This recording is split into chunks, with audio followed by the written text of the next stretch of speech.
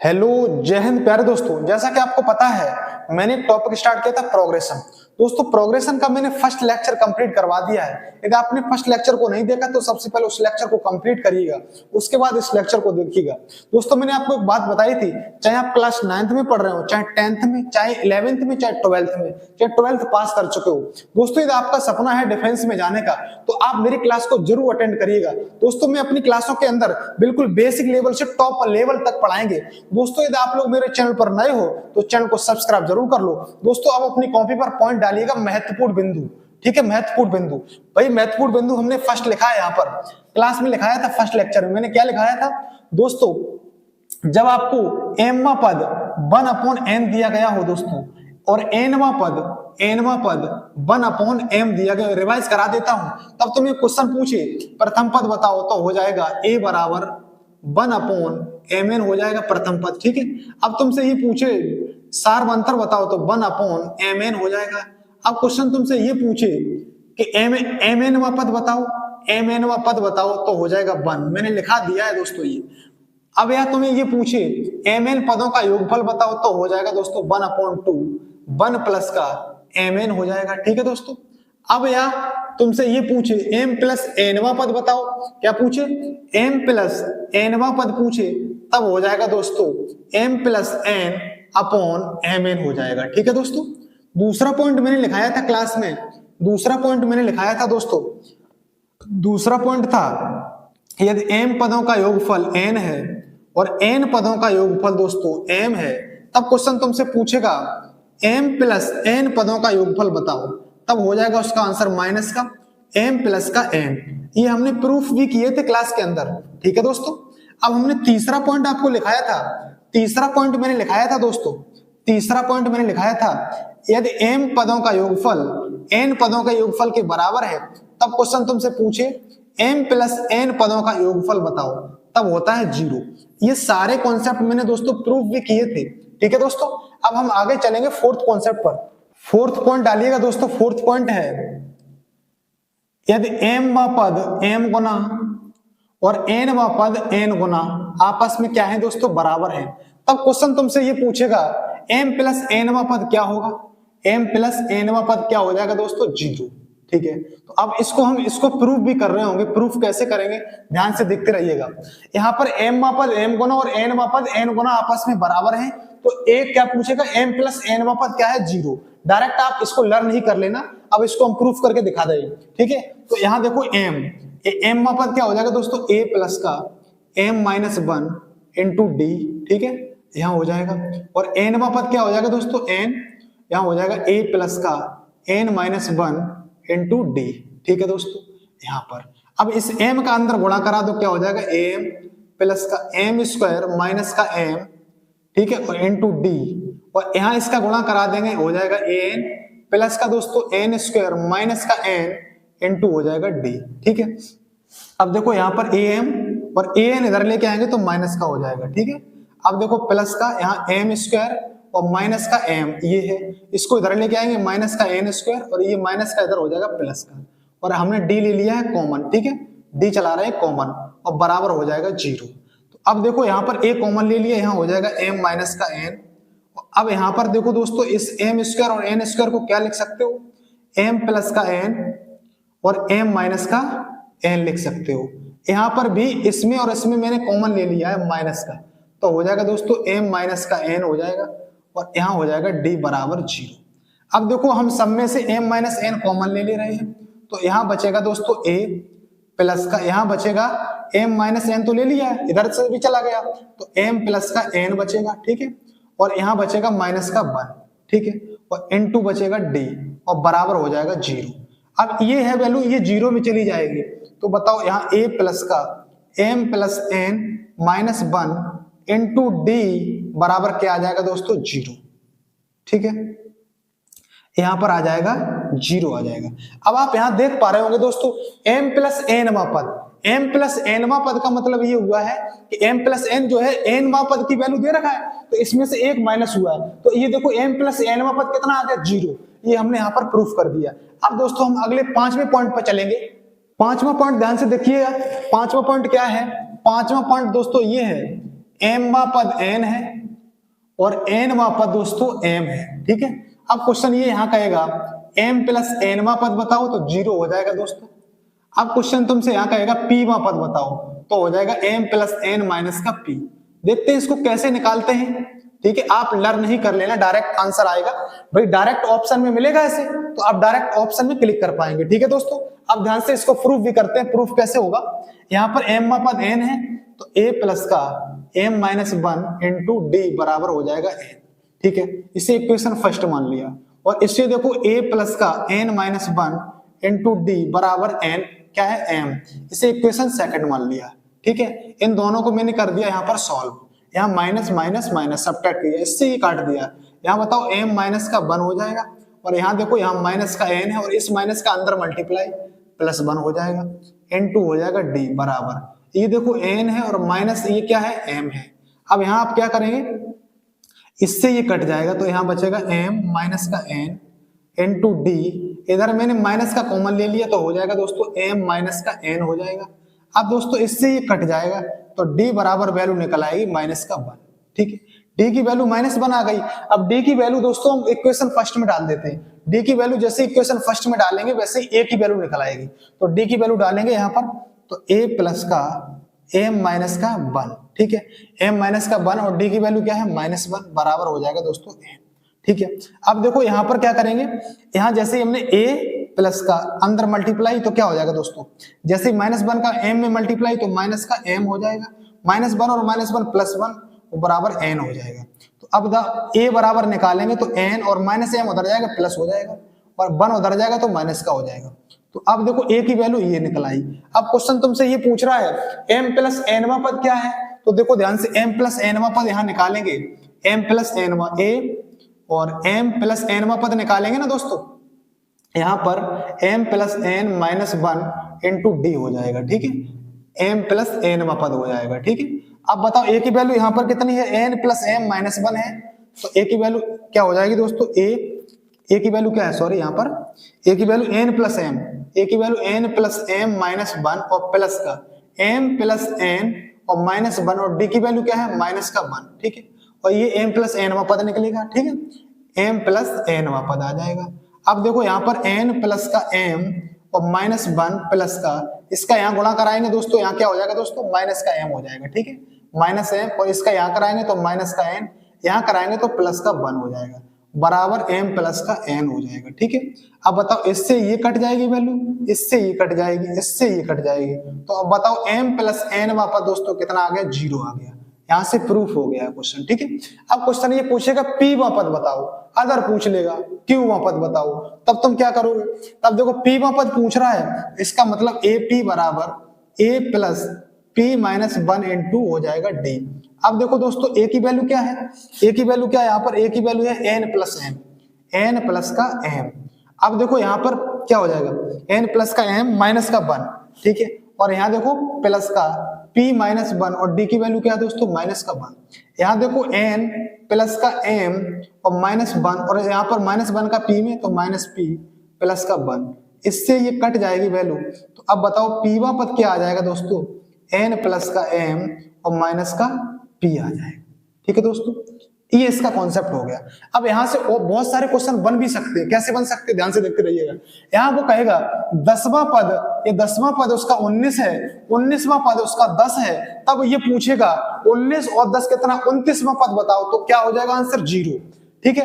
अब यार ये पूछेगा जैसे उसने पूछ लिया जैसे 5वां पद बताओ, तो 5वां पद ने भाई देखो यहाँ क्वेश्चन ने जैसे कहा जैसे 10वां पद 19 है या 19वां पद 10 है या 10वां पद 19 है, ऐसे कहेगा तो जैसे पूछ लेगा 5वां पद बताओ तो 19 और 10 में ऐड करके 5 माइनस करना होगा तो आपको 5वां पद निकल आएगा। अदर पद पूछे तो कैसे, यहाँ पर एक क्वेश्चन भी करा देते हैं दोस्तों।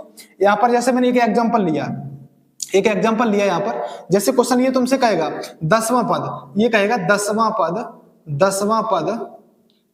पद 19 है और यहाँ उसने कहा 19वां पद, इसी कॉन्सेप्ट पे आधारित है, 19वां पद 10 है, तब क्वेश्चन ये पूछेगा 5वां पद बताओ, क्या बताओ 5वां पद बताओ, तब क्या बताओगे। ये जैसे p वां पद पूछ रहा है तब क्या हो जाएगा दोस्तों m plus n minus p, तो m की वैल्यू m वां पद n है और nवां पद m है, तो m प्लस n, इसका मतलब 10 और 9 कितना हो जाएगा, 10 और 19 29 हो जाएगा, 10 और 9 29 और माइनस p की वैल्यू कितनी है 5, इसका आंसर हो जाएगा दोस्तों कितना 24, इसका करेक्ट आंसर हो जाएगा। ठीक है दोस्तों, या वो क्वेश्चन ये पूछ ले कि 29वां पद पूछ ले, 29वां पद पूछ ले, यहाँ तुमसे क्वेश्चन ने पूछ लिया 29वां पद बताओ, 29वां पद दोस्तों हो जाएगा कितना, यहाँ पर देखो m प्लस nवां पद 0 हो रहा है, तो इसका मतलब 10 और 9, 10 और 19 जोड़ेंगे, सॉरी 10 और 19 जोड़ेंगे कितना हो जाएगा 29, तो 29वां पद पूछे क्वेश्चन तो हो जाएगा दोस्तों 0, इसका करेक्ट आंसर हो जाएगा। ठीक है दोस्तों, अगले पॉइंट पे चलते हैं दोस्तों। अब हम समझेंगे समांतर माध्य। समांतर माध्य क्या होता है,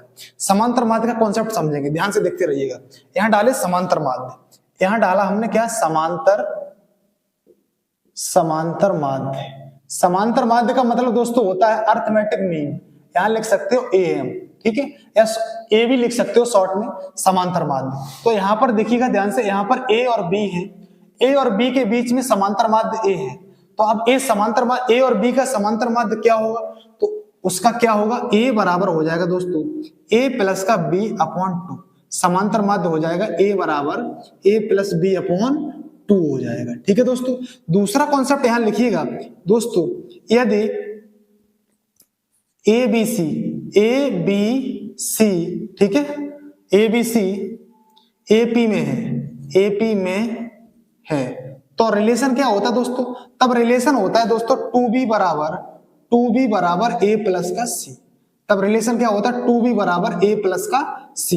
भाई तीन पद आपको कभी भी एपी में दिए जाएं तो दूसरे पद का क्या होता है दोगुना, और पहले और तीसरे को ऐड कर दिया जाता है, 2b बराबर a प्लस का c हो जाता है। ठीक है, अगला कॉन्सेप्ट ध्यान से देखिएगा, अगला कॉन्सेप्ट तुम्हारा ये है कि जैसे यहाँ पर a है और a और b के बीच में n समांतर माध्य डाल दिए उसने, क्या डाल दिए, n समांतर माध्य, a1 a2, ठीक है, a3, ऐसे n समांतर माध्य उसने डाल दिए, n समांतर माध्य डाल दिए, तब ये क्वेश्चन ये कहेगा, तब ये यहाँ पर ये पूछेगा, यहाँ पर पदों की संख्या क्या होगी, क्वेश्चन ये पूछेगा सारवंतर क्या होगा, सारवंतर तब दोस्तों ये हो जाएगा b माइनस, डायरेक्ट पूछेगा, ये कहेगा a और b के बीच में यदि n समांतर माध्य डाल दिए तो सारवंतर क्या होगा, ठीक है, an क्या होगा, पदों की संख्या क्या होगी, ऐसे क्वेश्चन पुटअप करेगा, ध्यान से देखते रहिएगा। सारवंतर क्या हो जाएगा, b माइनस का a, सारवंतर हो जाएगा b माइनस का a अपॉन n प्लस का 1 हो जाएगा, सारवंतर ये आ जाएगा। ठीक है दोस्तों, यहाँ पर क्वेश्चन ये पूछेगा पदों की संख्या क्या होगी,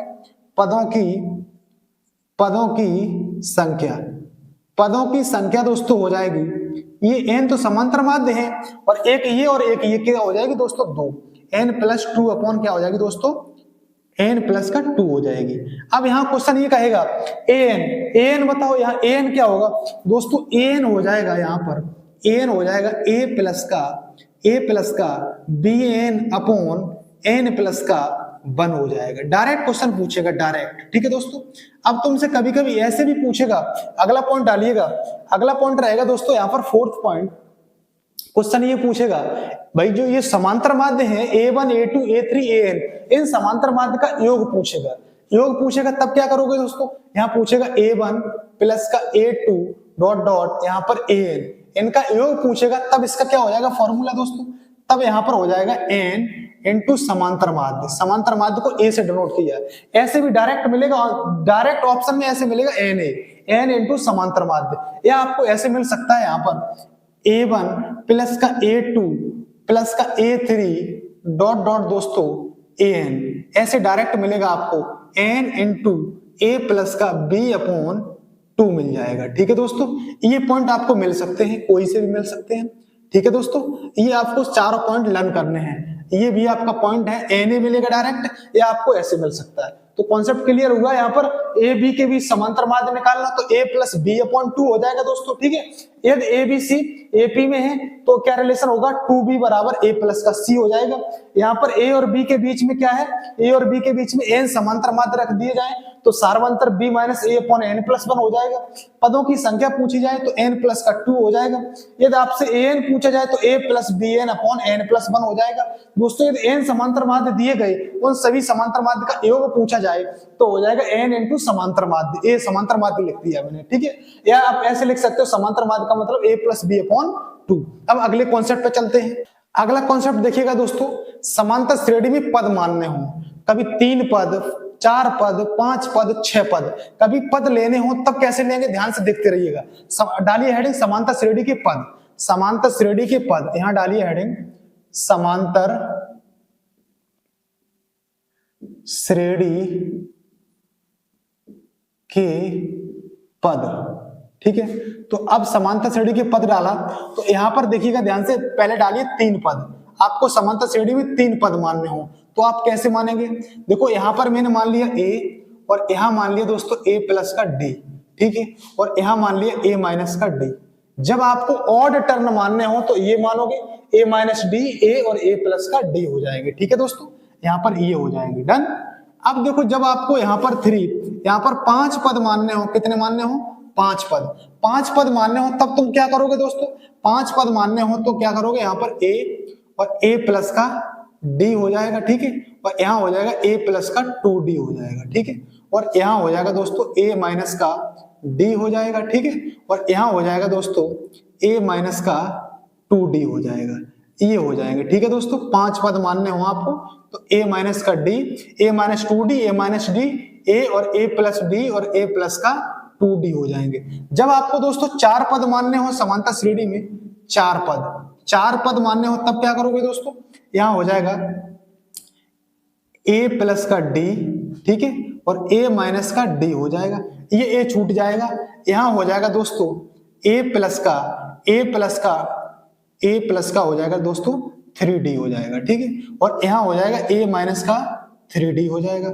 जब आपको दोस्तों 6 पद मानने हो तब क्या करोगे दोस्तों, 6 पद मानने हो तब हो जाएगा दोस्तों, यहां होगा a प्लस का d, a प्लस का 3d हुआ, यहां हो जाएगा दोस्तों a प्लस का 5d हो जाएगा, यहां हो जाएगा दोस्तों a माइनस का d और a माइनस का दोस्तों क्या हो जाएगा 3d हो जाएगा, और a माइनस का यहां हो जाएगा 5d, ठीक है, 1, ठीक है, 2 और 3 और 4 और 5 और 6, ठीक है, यहां पर क्या थे a minus 3d 1, a minus d 2 और a plus d 3, a plus 3d 4।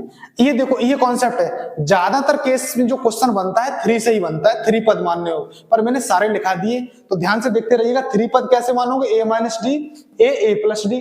अब आपको 5 पद मानने हैं, ठीक है, तो a minus 2d, a minus d, a plus d, a plus 2d। जब आपको 4 पद मानने हो तो a minus 3d, a minus d, a plus d, a plus 3d, ठीक है। अब आपको 6 पद मानने हो तो a minus 5d, a minus 3d, a minus d, a plus d, a plus 3d, a plus के 5d। दोस्तों अब हम अगले कॉन्सेप्ट पे चलते हैं। दोस्तों अब मैंने एक हेडिंग डाली है, ध्यान से देखते रहिएगा। हेडिंग क्या डाली है, sum to n terms of special series, विशेष अनुक्रमों के एन पदों का योगफल, ठीक है दोस्तों। इसमें ना समांतर श्रेणी लगेगी, कुछ ऐसे अनुक्रम होंगे जिसके डायरेक्ट फॉर्मूला से आंसर आ रहे होंगे, डायरेक्ट फॉर्मूला से उनका योग निकल आएगा, ध्यान से देखते रहिएगा। यहां जैसे मैंने लिखा दोस्तों फर्स्ट पॉइंट पे 1 प्लस का 2 प्लस का 3 डॉट डॉट, आपको दोस्तों एन पदों तक योगफल जोड़ना पड़ जाए तो हो जाएगा एन प्लस का 1 अपॉन 2 हो जाएगा, ठीक है। अब आपको यहाँ पर दूसरा पॉइंट लिखा है, यहाँ पर 1 का स्क्वायर, 2 का स्क्वायर और 3 का स्क्वायर, ये आपको डायरेक्ट जोड़ने पड़ जाए तो उसके लिए फॉर्मूला होता है दोस्तों एन स्क्वायर, क्या होता है एन प्लस का 1 और 2n प्लस का 1 अपॉन हो जाएगा दोस्तों 6। अब आपको दोस्तों 3 पॉइंट लिखिएगा, 3 पॉइंट पर 1 का क्यू, 2 का क्यू, 3 का क्यू डॉट डॉट, दोस्तों आपको एन क्यू तक आपको संख्या जोड़नी पड़ जाए, एन क्यू तक आपको जब संख्या जोड़नी पड़ जाए तब उसके लिए फॉर्मूला होता है एन प्लस का 1 अपॉन 2 का होल स्क्वायर होता है, ठीक है दोस्तों। अब आप चलेंगे 4th पॉइंट पर चलेंगे।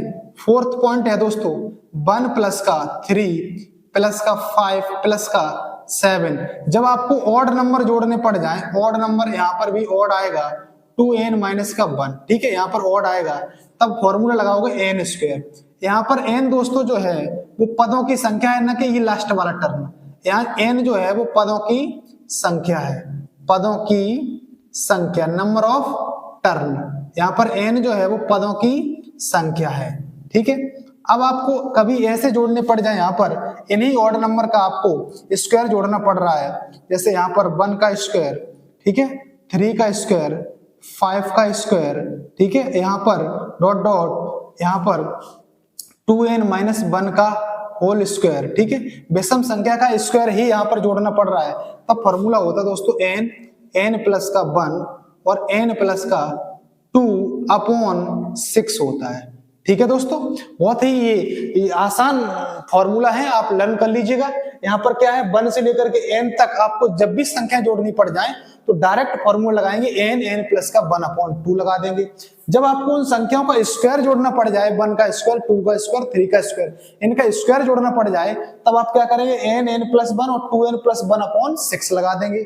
जब आपको इन संख्या का क्यू जोड़ना पड़ जाए, तब आप फॉर्मूला डायरेक्ट लगा देंगे, n प्लस 1/2 का होल स्क्वायर लगा देंगे।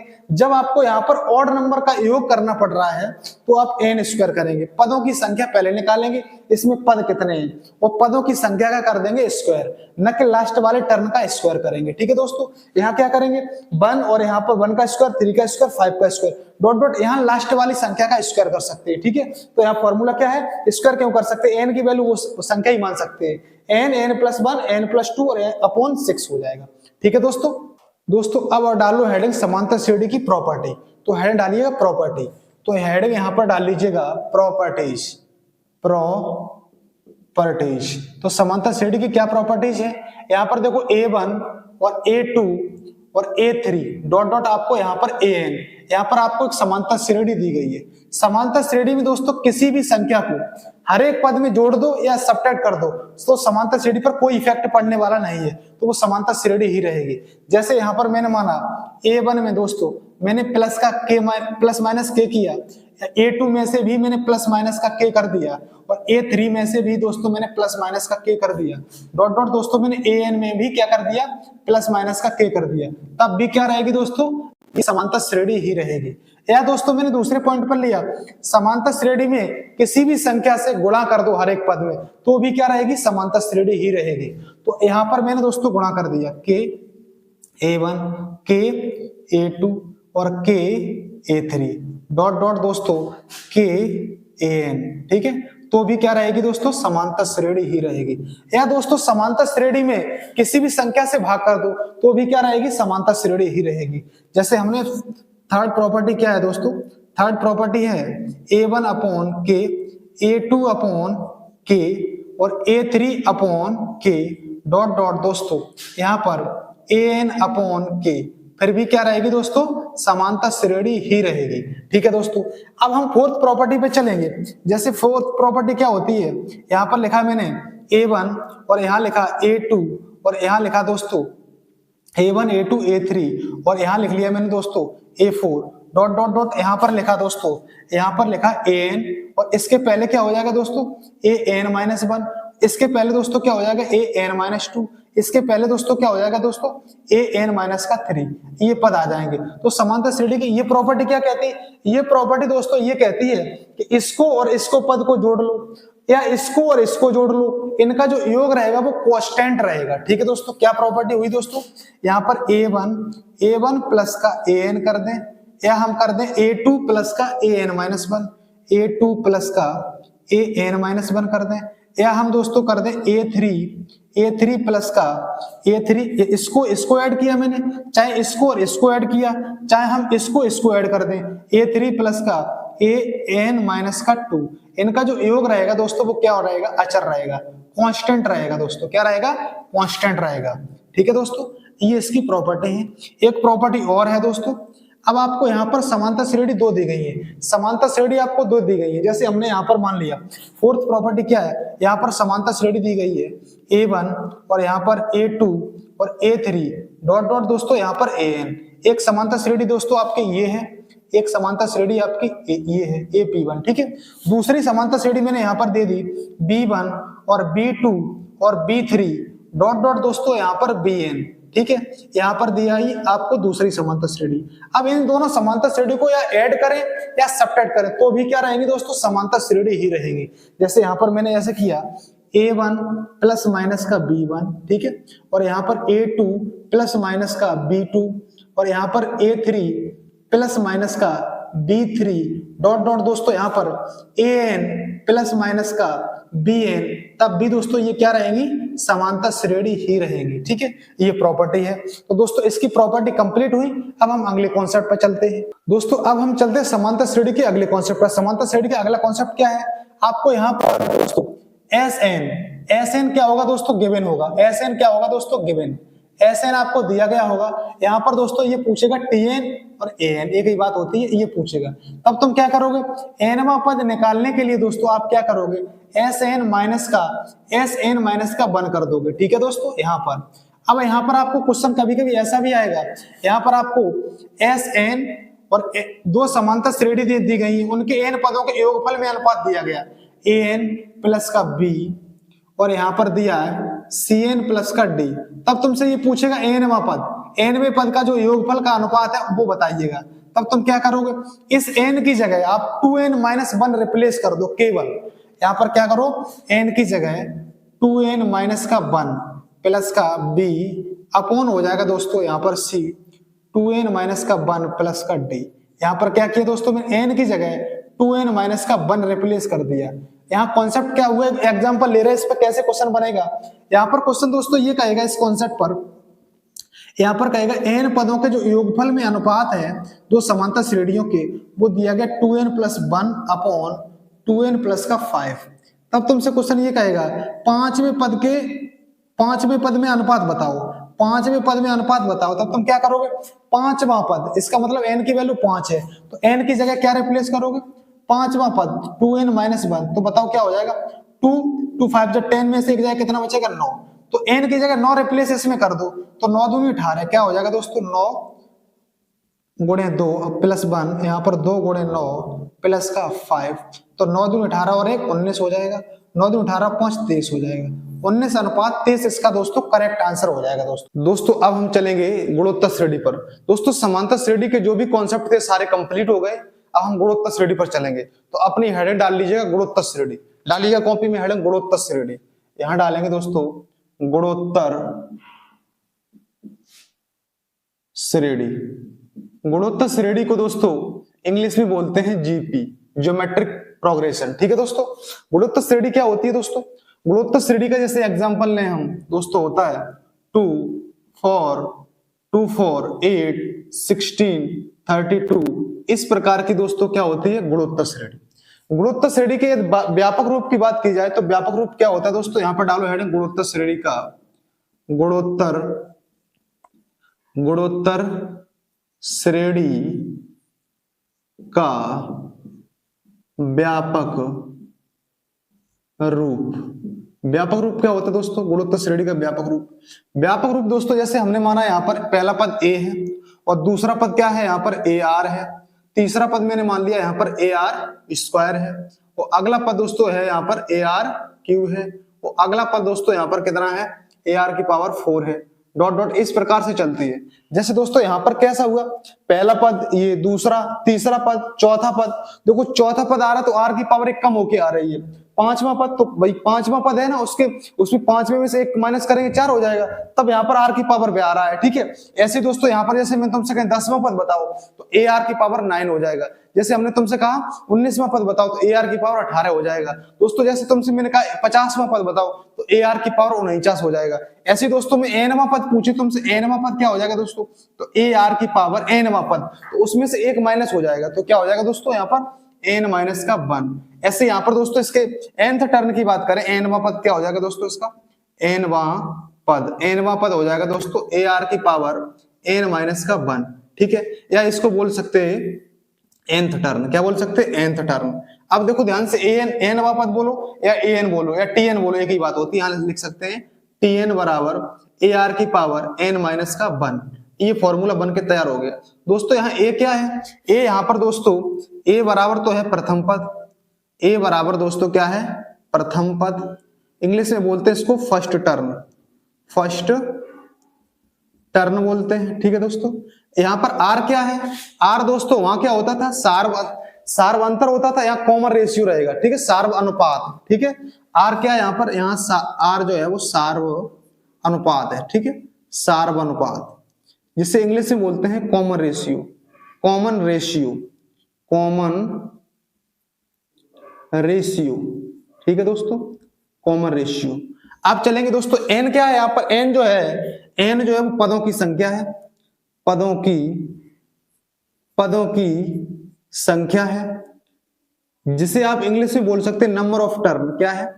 Number of turn, number of turns, पदों की संख्या है यहाँ पर एन। और टीएन क्या है यहाँ पर? टीएन तो आप जानते ही, टीएन क्या है यहाँ पर? nth टर्न है। टीएन जो है दोस्तों वो क्या है? nth टर्न, ठीक है, nth टर्न बोले, ठीक है, या बोलो एनवा पद बोलो, एक ही बात होती है, एनवा पद, एनवा पद, ठीक है दोस्तों। अब हम चलेंगे समांतर श्रेणी के एन पदों का योगफल कि क्या क्या फॉर्मूला बन सकते हैं, ठीक है दोस्तों। तो मैंने बताया था आपको एनवा पद क्या होता है, समांतर गुणोत्तर श्रेणी का एनवा पद बताया था दोस्तों मैंने, ए आर की पावर एन माइनस का 1 होता है, ठीक है दोस्तों। यहाँ पर जो ये आर होता है ना, आर सारवनुपात, ये आर कैसे निकाला जाता है? आर ऐसे निकाला जाता है, दूसरे पद में दोस्तों पहले पद से डिवाइड लगाना पड़ता है, ठीक है, दूसरे पद में पहले पद से क्या लगाओगे? डिवाइड, तो निकल आएगा आर, ठीक है, आर। अब यहाँ पर डालेंगे गुणोत्तर श्रेणी के एन पदों का योगफल, क्या डालेंगे? हेडिंग गुणोत्तर श्रेणी के एन पदों का योगफल, ठीक है, के एन पदों का योगफल, ठीक है दोस्तों। यहां डाल लिया। यहां पर दोस्तों क्या करेंगे? समांतर श्रेणी के एन पदों का योगफल निकालना है। एस एन बराबर ए, फॉर्मूला होता है आर की पावर एन माइनस 1 अपॉन होता है दोस्तों आर माइनस का 1। ये कब लगता है फॉर्मूला? जब आर की वैल्यू दोस्तों क्या हो? 1 से क्या हो? बड़ी हो। आर की वैल्यू क्या हो दोस्तों? 1 से बड़ी हो, तब ये फॉर्मूला लगाएंगे एन पदों के योगफल का। एस एन बराबर ए आर की power N minus 1 upon R minus का 1। एक और फॉर्मूला होता है एन पदों के योगफल का, क्या होता है? एस एन बराबर यहाँ होता है ए 1 माइनस आर की पावर एन अपॉन होता है दोस्तों 1 माइनस का आर। ये फॉर्मूला दोस्तों कब लगता है? ये फॉर्मूला तब लगता है यहाँ पर जब आर की वैल्यू दोस्तों, आर की वैल्यू 1 से क्या हो? छोटी हो, तब फॉर्मूला ये लगता है। एक और फॉर्मूला होता है जहां अनंत पदों का योगफल निकाला जाता है, वहां पर पदों को काउंट नहीं कर सकते, इनफाइनाइट पदों तक जब पूछे तब क्या करेंगे? तब कौन सा फॉर्मूला है, ध्यान से देखते रहिएगा। यहाँ पर जैसे यहाँ पर आता है अनंत पदों का योगफल, इनफाइनाइट पदों का योगफल यहाँ पर, तो उसका फॉर्मूला होता है ए अपॉन 1 माइनस का आर, ठीक है। यहाँ पर ए क्या आगे? ए अपॉन 1 माइनस का आर। यहाँ आर क्या हो दोस्तों? अब अगली हैंड डालिएगा गुणोत्तर माध्य, ठीक है, गुणोत्तर श्रेणी का गुणोत्तर माध्य क्या होता है? गुणोत्तर माध्य हैंड डालिएगा यहाँ पर, गुणोत्तर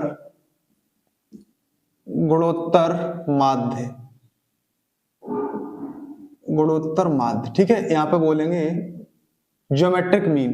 गुणोत्तर माध्य दोस्तों क्या होता है? गुणोत्तर माध्य जैसे यहाँ पर दिया गया दोस्तों, यहाँ पर 2 नंबर दिए गए ए और बी, उनका गुणोत्तर माध्य कितना है? जी। तब क्या होगा गुणोत्तर माध्य यहाँ पर? जी बराबर दोस्तों होता है रूट ए बी। क्या होता है दोस्तों? जी बराबर होता है रूट ए बी। ये गुणोत्तर माध्य का फॉर्मूला हो गया दोस्तों, ठीक है। यहाँ पर जी बराबर रूट ए बी होता है। दूसरा पॉइंट दोस्तों इसका देखें, दूसरा पॉइंट क्या हो जाएगा? दो आपको गुणोत्तर श्रेणी में कभी भी ए बी और सी 3 पद दिए जाए, ए बी सी 3 पद गुणोत्तर श्रेणी में जीपी में है, ठीक है, जीपी में है, तब तुम क्या करोगे? तब उसका रिलेशन होता है दोस्तों, वहां क्या होता था समांतर श्रेणी में? दूसरे पद का डबल और पहले और तीसरे के योग के बराबर होता था। यहाँ दोस्तों क्या होगा? यहाँ पर दूसरी संख्या का स्क्वायर बी का स्क्वायर बराबर हो जाएगा दोस्तों, बी स्क्वायर बराबर हो जाएगा दोस्तों ए सी। यहाँ पर रिलेशन क्या हो जाएगा? बी स्क्वायर बराबर ए सी हो जाएगा, ठीक है दोस्तों। अब अगले पॉइंट पे चलते हैं। अगला पॉइंट दोस्तों क्या है? तीसरा पॉइंट दोस्तों ये है कि ए और बी के बीच में ये क्या करेगा? एन गुणोत्तर माध्य रखेगा, ठीक है, ए और बी के बीच में एन गुणोत्तर माध्य रखेगा। तब क्या करेगा दोस्तों? यहाँ पर जैसे मैंने लिख दिया यहाँ पर G1 और G2 और क्या लिख दिया? G3 डॉट डॉट दोस्तों यहाँ पर क्या लिख दिया मैंने? Gn। अब यहाँ ये क्वेश्चन ये पूछेगा यहाँ पर सार अनुपात क्या है? सार अनुपात क्या है? तब क्या फॉर्मूला लगाओगे? तब फॉर्मूला बहुत ही आसान रहेगा। कौन सा फॉर्मूला रहेगा? देखो ध्यान से, यहां पर रहेगा फॉर्मूला, तब यहां पर सार अनुपात का क्या रहेगा? बी अपॉन ए की पावर हो जाएगा दोस्तों 1 अपॉन एन प्लस का 1। ये डायरेक्ट आता है, डायरेक्ट बेटा, ये डायरेक्ट आता है। क्वेश्चन कहता है यदि ए और बी के बीच में, ए और बी के बीच में n गुणोत्तर माध्य रख दिए जाएं तब सार अनुपात क्या होगा, डायरेक्ट आता है ऑप्शन में, ठीक है। तो क्या होगा, r बराबर b अपॉन a और पावर 1 अपॉन n प्लस का 1 होता है, ठीक है। अब क्वेश्चन ऐसे भी पूछेगा तुम्हें, क्वेश्चन ये कहेगा जो गुणोत्तर माध्य मैंने रखे उनका गुणनफल बताइए, ठीक है, गुणनफल पूछेगा। तब क्या हो जाएगा दोस्तों, यहाँ पर चौथा पॉइंट क्या है, यहाँ पर जो ये दी गई है इनका गुणनफल पूछेगा G1 और इंटू G2, ठीक है, और इंटू G3। इन गुणोत्तर माध्य का दोस्तों क्या पूछेगा, गुणनफल। तब गुणनफल का फॉर्मूला क्या होता है दोस्तों, गुणनफल का फॉर्मूला कुछ नहीं होता है, गुणोत्तर माध्य का क्या हो, पावर n होता है, ठीक है, गुणोत्तर माध्य का पावर n होता है। कभी कभी आपको ऐसे भी मिल जाएगा, ये कहेगा ए बी के बीच में यदि n गुणोत्तर माध्य रख दिया है तो क्या हो जाएगा, तो g की पावर यानी कि गुणोत्तर माध्य की पावर n हो जाएगा, ऐसे भी ऑप्शन मिलेगा। तो कभी कभी आपको दोस्तों ऐसे ही मिल सकता है, कैसे, यहाँ पर G1 और इंटू G2 इंटू G3 बराबर दोस्तों यहाँ पर G3 डॉट डॉट Gn बराबर मिलेगा दोस्तों, G क्या है यहाँ पर, गुणोत्तर माध्य रूट ए बी है, तो यहाँ पर आपको मिल सकता है रूट ए बी की पावर क्या, n, ठीक है दोस्तों। ये मिल सकता है आपको ऑप्शन में, डायरेक्ट ऑप्शन में मिलेगा ये, ठीक है। ये आपको पॉइंट हो गए, क्या हुए दोस्तों, गुणोत्तर माध्य के पॉइंट क्या हुए। यहाँ पर यदि ए बी के बीच में गुणोत्तर माध्य J है तब गुणोत्तर माध्य का फॉर्मूला क्या बनेगा, रूट ए बी बन जाएगा, ठीक है दोस्तों। यहाँ पर ए बी सी 3 पद आपको जीपी में दिए गए हैं, तब रिलेशन क्या लगाओगे, बी स्क्वायर बराबर दूसरी संख्या का स्क्वायर पहली और तीसरी के मल्टीप्लाई के बराबर लगा दोगे, ठीक है। अब तीसरा पॉइंट क्या है दोस्तों, ए बी के बीच में यदि n गुणोत्तर माध्य रख दिए जाए तो सार अनुपात क्या होगा, तो r बराबर हो जाएगा दोस्तों b अपॉन a की पावर 1 अपॉन n प्लस का 1 हो जाएगा। अब क्वेश्चन अगला पूछेगा यदि ए बी के बीच में यदि n गुणोत्तर माध्य रख दिए, n गुणोत्तर माध्य का मल्टीप्लाइड गुणा क्या होगा, ठीक है, G1 G2 Gn का गुणा पूछेगा तो G की पावर n हो जाएगा, गुणोत्तर माध्य की पावर n हो जाएगा। चाहे आपको ऐसा भी लिखे मिल सकता है, G की जगह रूट ए बी, यहाँ पर G की जगह क्या हो जाएगा, रूट ए बी हो जाएगा। दोस्तों अब हम अगले कॉन्सेप्ट पर चलते हैं। दोस्तों अब हेडिंग डालिएगा गुणोत्तर श्रेणी के पद। गुणोत्तर श्रेणी में पद मानने हो, 3 पद मानने हो, 4 पद मानने हो, तब कैसे मानेंगे, ध्यान से देखते रहिएगा। यहाँ पर हेडिंग डालिएगा गुणोत्तर श्रेणी के पद, यहाँ डाला मैंने गुणोत्तर श्रेणी के पद, ठीक है दोस्तों। गुणोत्तर श्रेणी में पद मानने हो, देखो यहाँ पर 3 पद मानने, क्या मानने भाई, 3 पद, ऑड पद। तब तुम क्या करोगे, 3 पद मानने हो तो हो जाएगा दोस्तों a और AR और हो जाएगा a अपॉन r। 3 पद मानने हो तो ये हो जाएगा। या दोस्तों 5 पद मानने हो, कितने पद मानने हो, 5 पद मानने हो, तब क्या हो जाएगा दोस्तों a अपॉन r स्क्वायर और a अपॉन r और a और AR और हो जाएगा AR की पावर 2, ये हो जाएगा। दोस्तों यदि आपको 4 पद मानने हो, कितने पद मानने हो, ये तो ऑड टर्न हो गए, यदि आपको क्या, ये ऑड टर्न हो गए, ऑड, ठीक है, ऑड। अब आपको दोस्तों 4 पद मानने हो, 4 पद के लिए क्या है, 4 पद के लिए कुछ मत करिए, यहाँ पर AR, ठीक है, और यहाँ पर a अपॉन r और यहाँ हो जाएगा दोस्तों AR क्यू हो जाएगा और यहाँ हो जाएगा a अपॉन r क्यूब हो जाएगा, ठीक है दोस्तों। 4 पद मानने हो तो ऐसे मानोगे। दोस्तों यदि आपको 6 पद मानने हो, कितने पद, 6 पद, तब क्या करोगे, तब यहाँ पर हो जाएगा AR की पावर 5, ठीक है, और AR की पावर 3 हो जाएगा और a अपॉन r हो जाएगा दोस्तों, यहाँ हो जाएगा AR, यहाँ हो जाएगा AR की पावर 3 और यहाँ हो जाएगा क्या हो जाएगा, AR की पावर 5। 1 2 3 4 5 6, ये आपको क्या यहाँ पर इवन टर्म क्या मानने हो, इवन टर्म मानने हो तो ये बन जाएगा, ठीक है दोस्तों। देखो यहाँ पर कैसे आप ध्यान रखेंगे, आपको ज्यादातर केसेस जो क्वेश्चन बनेगा वो 3 पद से ही बनेगा। मैंने सारे पद लिखा दिए आपको, तो देखो ध्यान से, यहाँ पर 3 पद मानने हैं तो क्या करोगे, a और AR a अपॉन r हो जाएगा। 5 पद मानने हो तो तुम क्या करोगे, इसमें r का मल्टीप्लाई करा दो, इधर r का मल्टीप्लाई, इधर r का डिवाइड करा दो, ठीक है दोस्तों। जैसे r का मल्टीप्लाई कराएंगे तो AR स्क्वायर हो जाएगा a अपॉन r, इधर r का और डिवाइड करेंगे तो क्या हो जाएगा, यहाँ पर AR स्क्वायर हो जाएगा, ठीक है, a अपॉन r स्क्वायर। 4 पद मानने हो तो ये a बीच में गायब हो जाएगा, ठीक है, r स्क्वायर का मल्टीप्लाई डिवाइड हो जाएगा, r स्क्वायर इधर हो गया, यहाँ पर क्या AR क्यू हो गया, यहाँ पर a अपॉन r और यहाँ पर a अपॉन r क्यू हो जाएगा। 6 पद मान्य हो तब तुम यही करोगे, आर स्क्वायर का और कर दोगे तो ए आर क्यू हो जाएगा, यहाँ पर ए आर 5 हो जाएगा। ठीक है दोस्तों, तीसरा क्वेश्चन दोस्तों पढ़िएगा। तीसरा क्वेश्चन क्या है, यहाँ पर कौन सा पद 1/16 है, यहाँ पर नंबर ऑफ टर्न पूछ रहा है। वहां क्या पूछता था, वहां पर जैसे 10वां पद बताओ, 12वां पद बताओ, ऐसे पूछता था। यहाँ पर क्या नंबर ऑफ टर्न यानी पद कितने हैं इसमें। तो अब आप यहाँ क्या करो, ए की वैल्यू कितनी है दोस्तों, यहाँ पर 16 है। आर की वैल्यू 8 में दोस्तों 16 से डिवाइड लगा देंगे तो हो जाएगा 8 × 8 दूनी 16 हो जाएगा। आर की वैल्यू आ गई 1/2। यहां पर दोस्तों ये टीएन दिया गया 1/16। टीएन का मान कितना है दोस्तों 1/16। लगा दो फॉर्मूला, टीएन बराबर ए आर की पावर एन माइनस का 1। टीएन का मान कितना है दोस्तों 1/16। ए की वैल्यू क्या है दोस्तों, ए की वैल्यू 16 है और आर की वैल्यू क्या है दोस्तों 1/2 है। और पावर कितनी लग जाएगी दोस्तों, पावर लग जाएगी n माइनस का 1 हो जाएगी। ठीक है दोस्तों, अब इसको कैसे खत्म करेंगे, a की वैल्यू क्या हो गई दोस्तों 16 हो गई और यहाँ पर 1/2 की पावर क्या हो गई n माइनस का 1 हो गई। अब क्वेश्चंस को कैसे खत्म करोगे, अब देखो यहाँ पर 1/16 से इधर डिवाइड लगाएंगे, इसकी वैल्यू निकालेंगे तो 16 से इधर डिवाइड लग जाएगा, 16 से इधर डिवाइड लगेगा तो इधर आ जाएगा दोस्तों 16 का 16 में मल्टीप्लाई क्या आ जाएगा 1 क्या हो जाएगा 256 बराबर 1/2 की पावर कितना हो जाएगा n माइनस का 1। यहाँ पर इसको निकालेंगे तो आ जाएगा 2 की पावर कितना आ जाएगा 1/2 की पावर आ जाएगा दोस्तों 8 आ जाएगा। ठीक है, 1/2 की पावर 8 का मान कितना होता है 256 होता है। यहाँ पर दोस्तों क्या है 1/2 की पावर क्या है n माइनस का 1। अब मैंने क्या किया दोस्तों कंपेयर करा दिया घातों में। ठीक है, तो n माइनस 1 बराबर कितना हो जाएगा 8। n बराबर हो जाएगा दोस्तों 8 माइनस 1 उधर जाएगा +1, n बराबर 9 आ जाएगा।